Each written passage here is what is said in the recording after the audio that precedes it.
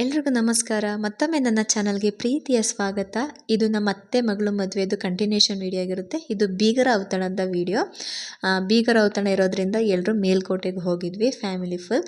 ಊಟ ಎಲ್ಲ ಆದ ನಂತರ ಎಲ್ಲ ವಿಳೆದೆಲೆ ಹಾಕ್ಕೊಳ್ಳೋದು ಸಾಮಾನ್ಯ ಅಲ್ವಾ, ಹಾಗೆ ನಾವು ಕೂಡ ವಿಳೆದೆಲೆ ಹಾಕೋತಿದ್ವಿ.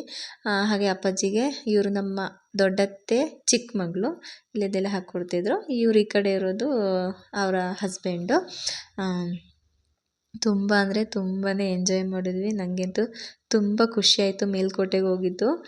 ಹಾಗೆ ಇಲ್ಲಿ ಫೋಟೋ ತೊಗೊಳಕ್ಕೋಗಿ ವೀಡಿಯೋ ತೊಗೊಂಡಿದ್ವಿ. ಹಾಗಾಗಿ ಇದು ಈ ಥರ ಸ್ಮೈಲ್ ಕೊಡ್ತಿದ್ವಿ. ಆ್ಯಕ್ಚುಲಿ ಇವ್ರು ನನಗೆ ಚಮಕ್ ಕೊಡೋಕೆ ಹೋದ್ರು, ನಾನು ವೀಡಿಯೋ ಮಾಡ್ತಿದ್ದೀನಿ ಅಂತೇಳಿ ಬಾಟಲ್ ಮುಚ್ಚಳ ಹಾಕಿರಲಿಲ್ಲ. ಅದು ಅವ್ರಿಗೆ ಗೊತ್ತಿಲ್ಲ. ತೋರ್ಸೋಕ್ಕೆ ಅಂತ ಹೋಗ್ಬಿಟ್ಟು ಚೆಲ್ಕೊಬಿಟ್ರು. ಮತ್ತೆ ಅದನ್ನು ರಿಪೀಟ್ ಮಾಡಿ ತೋರಿಸ್ತಿದ್ದಾರೆ ಪಾಪ.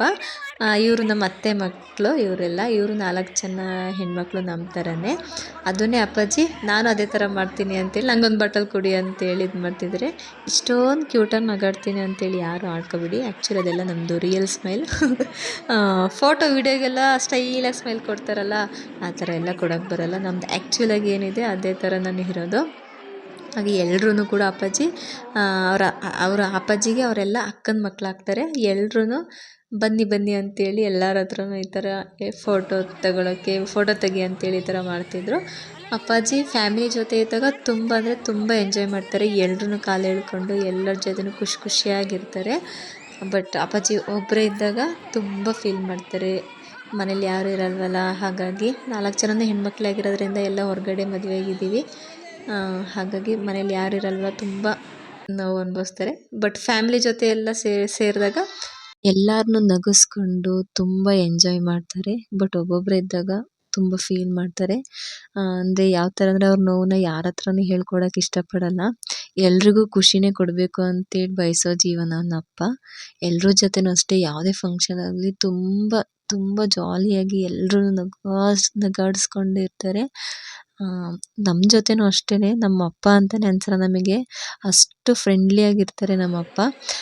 ಟೈಮ್ಸ್ ಅಷ್ಟೇ ಅವರು ತಂದೆ ಥರ ಇರೋದು. ಇನ್ನು ಮಿಕ್ಕಿ ಟೈಮೆಲ್ಲ ನನಗೆ ನಿಜವಾಗ್ಲೂ ಒಂದು ಒಳ್ಳೆ ಫ್ರೆಂಡ್ ಅಂತ ಅನಿಸುತ್ತೆ ನಮ್ಮ ಅಪ್ಪ. ಇಷ್ಟು ವರ್ಷದಿಂದಲೇ ನಾನು ನೋಡ್ತಿದ್ದೀನಲ್ಲ, ಅವರು ಎಲ್ಲ ಮಕ್ಕಳ ಜೊತೆನೂ ಅದೇ ರೀತಿ ಇರೋದು. ಹಾಗೆಲ್ಲ ಊಟ ಎಲ್ಲ ಮುಗಿಸಿದ ನಂತರ ಮೇಲ್ಕೋಟೆಗೆ ಬಂದು ಮೇಲ್ಕೋಟೆ ದೇವಸ್ಥಾನ ಚೆಲುವನಾರಾಯಣ ಸ್ವಾಮಿನ ನೋಡದೇ ಇದ್ರೆ ಹೇಗೆ, ಹಾಗೆ ಎಲ್ಲರೂ ಕೂಡ ದೇವಸ್ಥಾನ ನೋಡೋಕ್ಕೆ ಅಂತ ಹೇಳಿ ಹೊರಟ್ವಿ. ಇದೊಂದು ಪುಣ್ಯಕ್ಷೇತ್ರ. ಇದು ಮಂಡ್ಯ ಜಿಲ್ಲೆ ಪಾಂಡವಪುರ ಎಂಬ ತಾಲೂಕಿಗೆ ಸೇರಿದೆ. ಹಾಗೆ ಇದು ತುಂಬ ಅಂದರೆ ತುಂಬ ಇತಿಹಾಸ ಇದೆ ಈ ದೇವಸ್ಥಾನಕ್ಕೆ. ಈ ದೇವಸ್ಥಾನ ಶ್ರೀ ವೈಷ್ಣವರೆಂದೇ ಪ್ರಖ್ಯಾತಿ ಪಡೆದಿರುವಂತಹ 4 ಕ್ಷೇತ್ರಗಳಲ್ಲಿ ಈ ನಮ್ಮ ಚೆಲುವನಾರಾಯಣ ಸ್ವಾಮಿ ದೇವಸ್ಥಾನ ಕೂಡ ಒಂದಾಗಿದೆ. ಹಾಗೆ ಇಲ್ಲಿ ರಾಮಾನುಜಾಚಾರ್ಯರು ವಾಸವಾಗಿದ್ರು ಅಂತ ಹೇಳ್ತಾರೆ. ಕ್ರಿಸ್ತಶಕ 12ನೇ ಶತಮಾನದಲ್ಲೇ ಸುಮಾರು ಒಂದು 14 ವರ್ಷ ರಾಮಾನುಜಾಚಾರ್ಯರು ಇಲ್ಲಿ ವಾಸ ಇದ್ದು ಈ ಕ್ಷೇತ್ರನ ಇದು ಮಾಡಿದ್ರು ಅಂತ ಹೇಳ್ತಾರೆ. ಪುರಾವೆ ಅಂದರೆ ಹಿಸ್ಟ್ರಿ ಇರೋದು.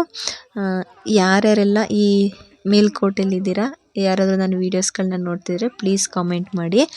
ಹಾಗೆ ತುಂಬ ಅಂದರೆ ತುಂಬಾ ಚೆನ್ನಾಗಿದೆ ದೇವಸ್ಥಾನ. ಯಾರೆಲ್ಲ ಮೇಲ್ಕೋಟೆ ದೇವಸ್ಥಾನ ನೋಡಿಲ್ಲ, ನಾನು ನೋಡಿರಲಿಲ್ಲ, ನಾನು ಇದೇ ಫಸ್ಟ್ ಟೈಮ್ ನಾನು ಹೋಗಿದ್ದು. ನನಗಂತೂ ಸಖತ್ ಇಷ್ಟ ಆಯಿತು. ಎಲ್ಲರೂ ಈ ಮೇಲ್ಕೋಟೆನ ಒಂದ್ಸಲ ನೋಡಲೇಬೇಕು ನೀವು. ನಿಜವಾಗ್ಲೂ ಅದ್ರ ವೈಬೇ ಬೇರೆ ಒಂಥರ. ಅದು ಹೇಳೋಕ್ಕಾಗಲ್ಲ, ಅದು ಅನುಭವಿಸಿದ್ರೆ ಮಾತ್ರ ಅದ್ರದ್ದು ವೈಬ್ ಗೊತ್ತಾಗೋದು. ದೇವಸ್ಥಾನಕ್ಕೆ ಹೋಗೋ ಫೀಲ್ ಯಾವ ಥರ ಇರುತ್ತೆ ಅಂತ.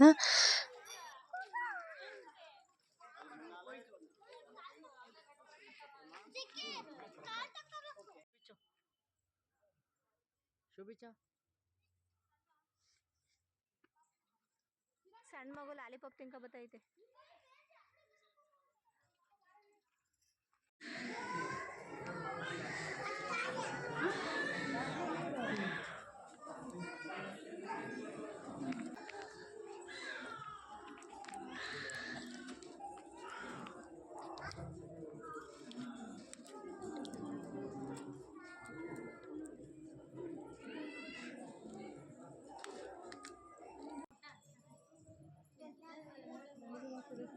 ತೆಗಿತಿದೀಯಾ?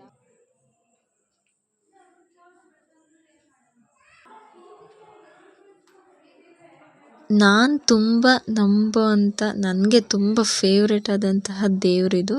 ಹಾಗೆ ಎಲ್ಲರೂ ಕೂಡ ಪೂಜೆನ ಮುಗಿಸ್ಕೊಂಡು ಬಂದ್ವಿ. ಹಾಗೆ ಮುಗಿಸ್ಕೊಂಡು ಬಂದು ದೇವಸ್ಥಾನದ ಹತ್ರ ಎಲ್ಲರೂ ಸೇರಿ ಒಂದು ಫೋಟೋ ತಗೊಂಡ್ವಿ. Family photo. ಇನ್ನೂ ಸ್ವಲ್ಪ ಜನ ಮಿಸ್ ಆಗಿದ್ರು, ಹಾಗಾಗಿ ಎಲ್ರೂ ಕರಿತಿದ್ದಾರೆ ಅಪ್ಪಾಜಿ ಎಲ್ಲರೂ ಬನ್ನಿ ಅಂತ ಹೇಳಿ. ಎಲ್ಲಡ್ಕೆ ತಿಂದಿದ್ದೀನಲ್ವಾ, ಅದಕ್ಕೆ ಅಲ್ಲಿ ಇಷ್ಟೊಂದಡಿ ರೆಡ್ಡಾಗಿ ಕಾಣಿಸ್ತಿದೆ. ಈ ಮೇಘಗೂ ಮೋಸ್ಟ್ಲಿ ನಮ್ಮ ಜೊತೆ ಫೋಟೋ ತೆಗೆಸ್ಕೊಳಕ್ಕೆ ಆಸೆ ಅನಿಸುತ್ತೆ, ಅದಕ್ಕೆ ನೋಡಿ ಬರ್ತಿದೆ. ಕೊನೆಯಲ್ಲಿ ನಮ್ಮ ಅಪ್ಪ ಏನು ಮಾಡುತ್ತೆ ನೋಡಿ, ಟ್ವಿಸ್ಟ್ ಇದೆ. ಈ ವಿಡಿಯೋ ಕಂಪ್ಲೀಟಾಗಿ ನೋಡಲೇಬೇಕು, ಇದನ್ನು ಫುಲ್ ಎಂಟರ್ಟೈನ್ಮೆಂಟ್ ಆಗಿದೆ.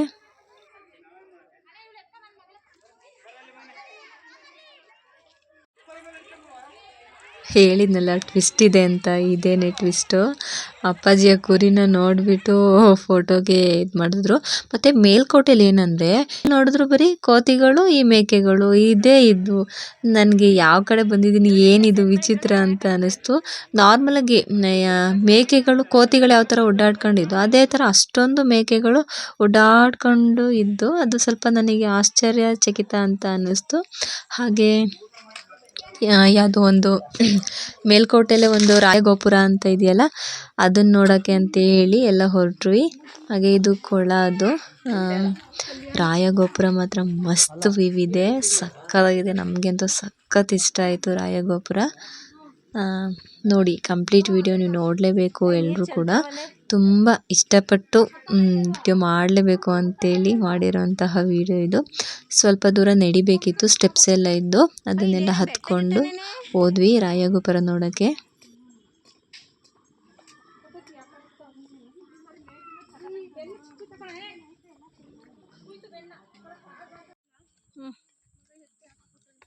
ಯಾರು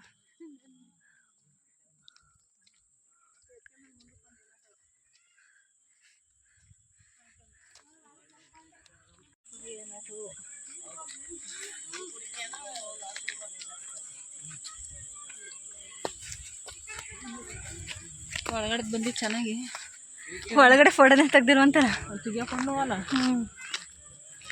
ಬೇರೆ ಮರಗಳು ಸಕಾತಿದ್ದಾವೆ ಅಲ್ವಾ, ಇದ್ರೆ ಕಿತ್ಕೊಂಡೋಗೋಣ. ಬೇರೆ ಹಣ್ಣಾಗಿ ಆ ಕಡೆಯಿಂದ ಬರುವ ಕಿತ್ಕೊಬರಂಬ.